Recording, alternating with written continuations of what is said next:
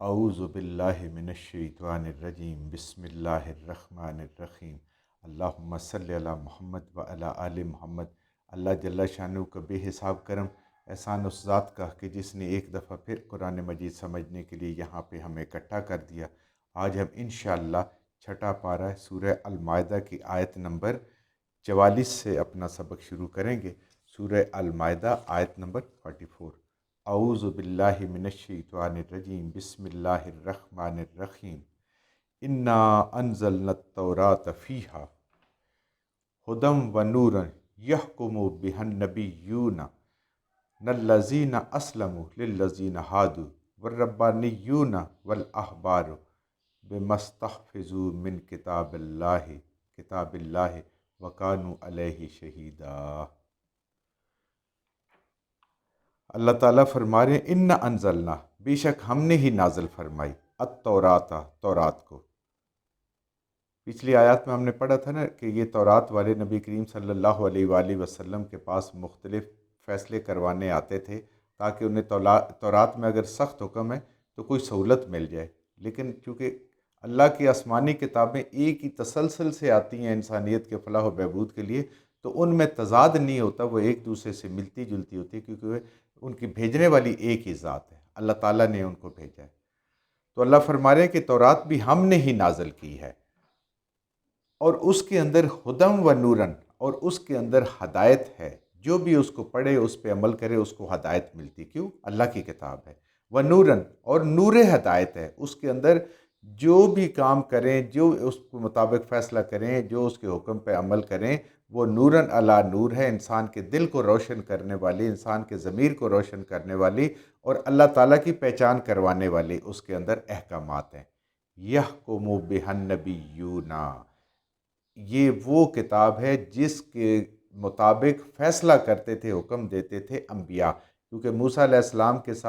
کے بعد بنی اسرائیل میں پے در پے آگے نبی رہے۔ حضرت عیسیٰ علیہ السلام کو آ کے پھر دوبارہ نئی کتاب ملی بنی اسرائیل سے، جو رسول آئے اللہ کے، ان کو انجیل ملی، ورنہ تمام انبیاء وہ تورات کے مطابق ہی اپنے فیصلے کرتے رہے، اور اسی کے مطابق حضرت موسیٰ علیہ السلام کے بعد آنے والے تمام انبیاء نے اس کے مطابق حکم دیے، اس کے مطابق فیصلہ کیے، کیونکہ اللہ کی کتاب تھی، وہ انسان کی ہر ضرورت کو سامنے رکھ کے اللہ تعالیٰ نے بھیجا تھا۔ الذین اسلموا، یہ وہ لوگ تھے اللہ کے نبی جو اللہ کے فرما بردار، اسلموا، اللہ کے سامنے جھکے ہوئے تھے، ان کے اندر سرکشی نہیں تھی، ان کے اندر اپنے نفس کی منمانی نہیں تھی، وہ اس کتاب کے مطابق، اللہ کے حکم کے مطابق وہ فیصلے کرتے تھے۔ للذین ہادوا، اور وہ جو یہودی حکم دیتے تھے، یعنی وہ جو یہودیوں کو حکم دیتے رہے، وہ اللہ کے فرما بردار نبی تھے، اور وہ بنی اسرائیل کی طرف تھے جو اپنے آپ کو ہدایت یافتہ ہادو کہتے تھے، وہ ان کے لیے فیصلے کرتے تھے۔ والربانیون والاحبار، ربانیون، ان کے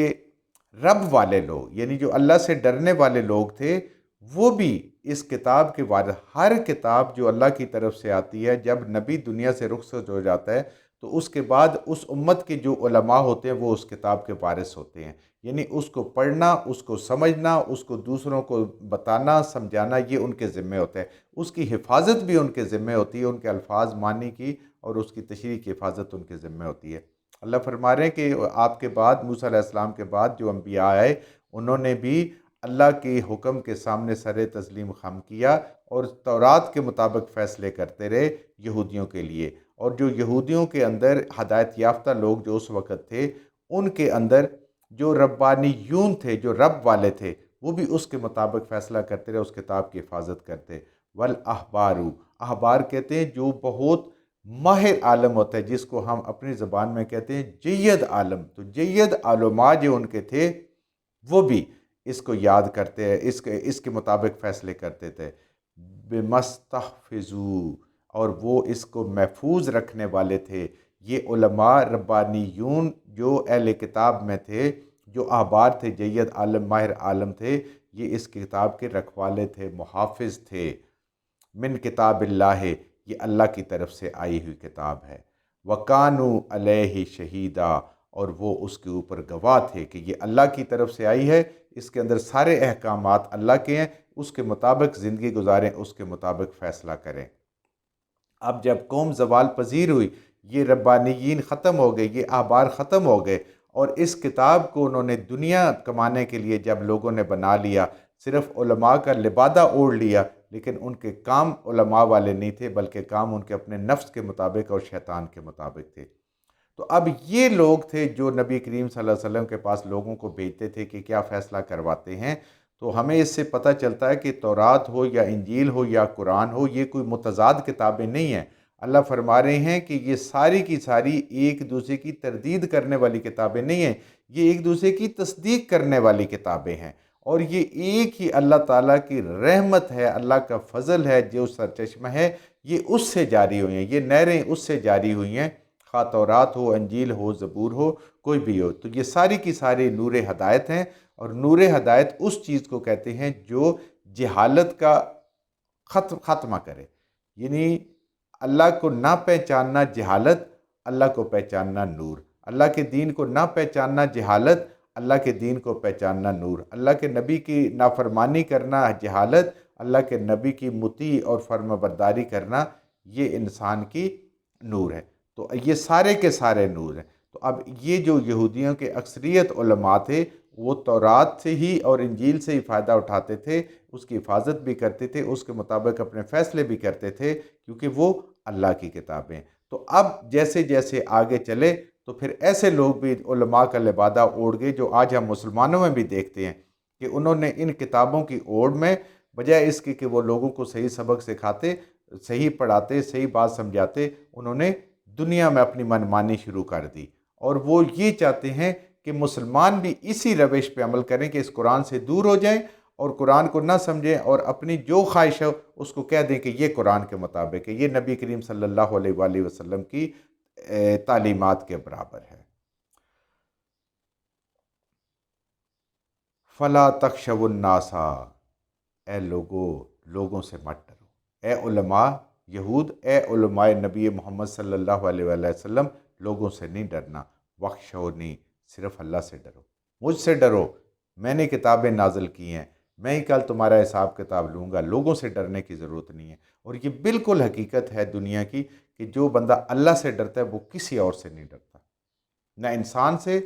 نہ بھوک سے، نہ افلاس سے، نہ اپنی آنے والے اولاد کے وقت سے بچا بچا کر رام لال اکٹھا کر کے رکھتے، کہتا ہے میرے رب نے جس نے مجھے دیا ہے کل میری اولاد کو کیوں نہیں دے گا؟ رب تو وہی ہے، اس کے خزانے بھی ہوئے ہیں، وہ تو ختم ہونے والے نہیں۔ تو لوگوں سے ڈرنا چھوڑ دیں، اللہ سے ڈریں، اور جب لوگوں کا دل ڈر میں آ جاتا ہے تو پھر انسان اپنے سائے سے بھی ڈرتا ہے، پھر ہر چیز سے انسان ڈرتا ہے۔ دنیا کے خوف مار جاتے ہیں، بھوک کا خوف مار جاتا ہے، بے عزتی کا خوف مار جاتا ہے، عہدہ جانے کا خوف مار جاتا ہے، موت کا خوف مار جاتا ہے۔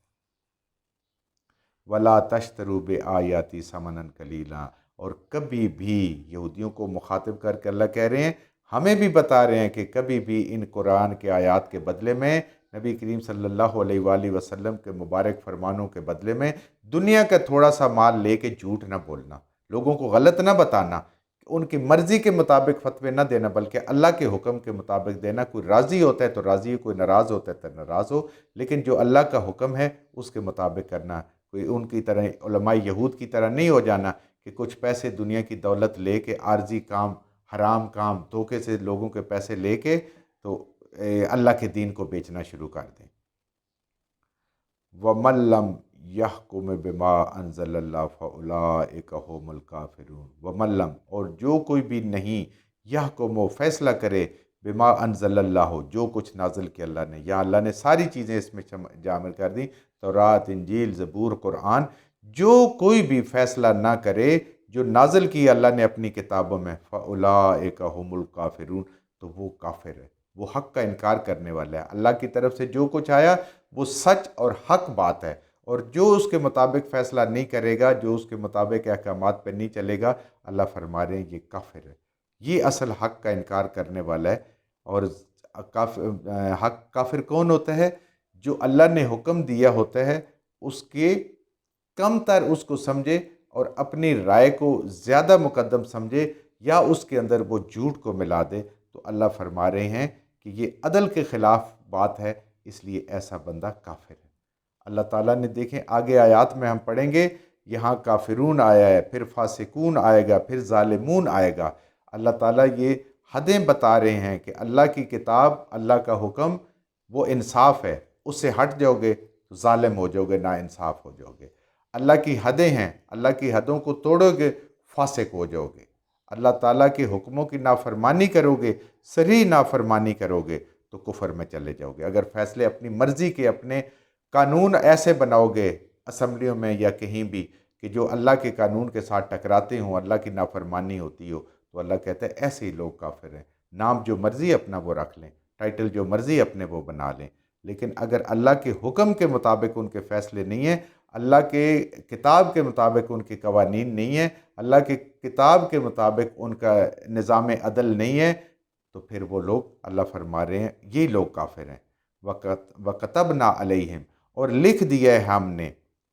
فیہا اس کے اندر، اپنی کتابوں کے اندر، النفس بالنفس، اگر کوئی کسی کی جان لے گا تو بدلے میں اس کی جان جائے گی، والعین بالعین، کوئی کسی کی آنکھ پھوڑے گا اس کے بدلے میں اس کی آنکھ پھوڑی جائے گی، والانف بالانف، اور کوئی کسی کے ناک کو ضرب پہنچائے گا، کاٹے گا، اس کی ناک کاٹی جائے گی، والاذن بالاذن، اور کان کے بدلے میں اس کا کان کاٹا جائے گا، والسن بالسن، اور کوئی کسی کا دانت توڑے گا تو وہ اس کے مطابق اس کا بھی دانت توڑا جائے گا، والجروح قصاص، جتنا کوئی کسی کو زخم پہنچائے گا، جتنی کوئی کسی کو تکلیف پہنچائے گا، اس کے بقدر اس کے حساب اس کے زخموں کا بدلہ لیا جائے گا۔ یہ ہے انصاف، جس کے مطابق فیصلہ کرنا ہے۔ اب اس میں بڑا آئے، بادشاہ آئے، یا غریب آئے، یا چھوٹا آئے، یا ایک قبیلے کا آئے یا دوسرے قبیلے کا آئے، اللہ تعالیٰ نے یہ کر دیا انصاف کہ اس طریقے سے یہ سزائیں ملیں گی، اور یہ اللہ کا انصاف ہے۔ فَمَنْ صَدَّقَ بِهِ فَهُوَ كَفَّارَةٌ لَهُ، ہاں جس کو تکلیف ملی ہے اس کو اللہ نے اختیار دیا ہے کہ وہ چاہے تو اس اپنے تکلیف پہنچانے والے بھائی کو اس کو معاف کر دے، اور اس پہ وہ اس کا بدلہ لینا ہے وہ بدلہ اس سے نہ لے، اور اس کو معاف کر دے، کفارہ لے لے۔ اور اس کے لیے یہ کفارہ کیا ہوگا؟ آخرت میں بھی اس کو اللہ تعالیٰ اس کے ساتھ راضی ہو جائیں گے، اور اگر دنیا میں بھی کچھ کفارہ ادا کر دیا جائے تو وہ بھی جائز ہے۔ وَمَن لَّمْ يَحْكُمْ، اور جو کوئی نہیں کرے گا فیصلہ، بما انزل اللہ، جو نازل کی اللہ نے، فاولئک هم الظالمون، وہی بات آ گئی تو وہ ظالم ہے۔ آگے پھر فاسق کی بات آ جائے گی۔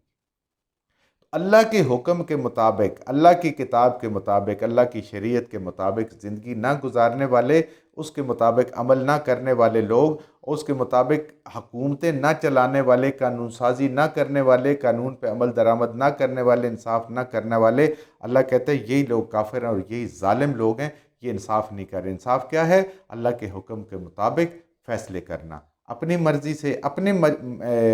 بنائے ہوئے قانون سے، دنیا کو دیکھ کے دوسروں کو نقل کر کے جو انسان کر رہے ہیں، اللہ تعالیٰ فرما رہے ہیں وہ کافر بھی ہیں، ظالم بھی ہیں۔ نام اپنے جو مرضی ہے رکھتے رہیں۔